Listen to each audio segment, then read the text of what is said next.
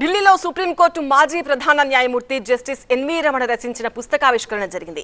ఈ కార్యక్రమానికి ముఖ్య అతిథిగా సిజేఐ జస్టిస్ బిఆర్ గవాయ్ హాజరయ్యారు. న్యాయ వ్యవస్థ ఎప్పుడూ పారదర్శకంగా ఉండాలన్నారు జస్టిస్ ఎన్వి రమణ. సుప్రీంకోర్టు జడ్జిలు ఆస్తులు ప్రకటించడం శుభపరిణామమన్నారు. తాను కూడా తన ఆస్తులు వెబ్సైట్లో పెట్టినట్టు తెలిపారు ఎన్వి రమణ. న్యాయ వ్యవస్థ ప్రయోజనాలను సామాన్య ప్రజలకు వివరించడానికి తాను చేసిన ప్రసంగాలను పుస్తక రూపంలో తీసుకొచ్చినట్టు తెలిపారు. న్యాయ వ్యవస్థ ప్రయోజనాలను ప్రజలు అర్థం చేసుకునేలా చేయడం ద్వారా వారు తమ హక్కులను సమర్థవంతంగా ఉపయోగించుకోగలరని ఆయన అభిప్రాయపడ్డారు.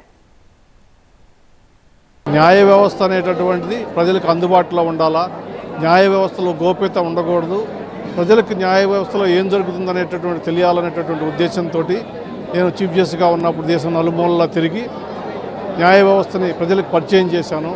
వాళ్ళ హక్కులు, అదేవిధంగా వాళ్ళు ఏ విధంగా న్యాయ వ్యవస్థ ద్వారా ఉపయోగం పొందొచ్చు అనేటటువంటిది అవన్నీ కూడా మళ్ళా ఇవాళ ఒక సంకల్ప రూపం, ఒక పుస్తకం రూపంలో వచ్చినాయి.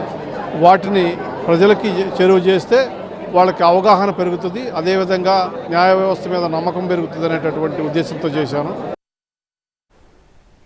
అమరావతి పునర్నిర్మాణానికి న్యాయ వ్యవస్థే కారణమన్నారు జస్టిస్ ఎన్వి రమణ. అమరావతి విషయంలో న్యాయ వ్యవస్థ నిర్భయంగా తీర్పులిచ్చిందన్నారు. అమరావతి రైతులు న్యాయ వ్యవస్థకు వచ్చినప్పుడు వారికి న్యాయం జరిగిందన్నారు. న్యాయ వ్యవస్థ చేయాల్సినటువంటి పని చేసింది. న్యాయ వ్యవస్థ మరి నిర్భయంగా ఆ రోజులు తీర్పులు ఇచ్చింది. మరి వాళ్ళ అమరావతి మళ్ళీ పునర్నిర్మాణం తర్వాత అమరావతి అక్కడ ఉండటానికి ఒక రకంగా న్యాయ వ్యవస్థే కారణం అని అనుకుంటున్నాను. నేను న్యాయంగా, ధర్మంగా, రాజ్యాంగపరమైనటువంటి పద్ధతిలో వాళ్ళు మరి న్యాయ వ్యవస్థ దగ్గరికి వచ్చినప్పుడు వాళ్ళకి న్యాయం చేసింది.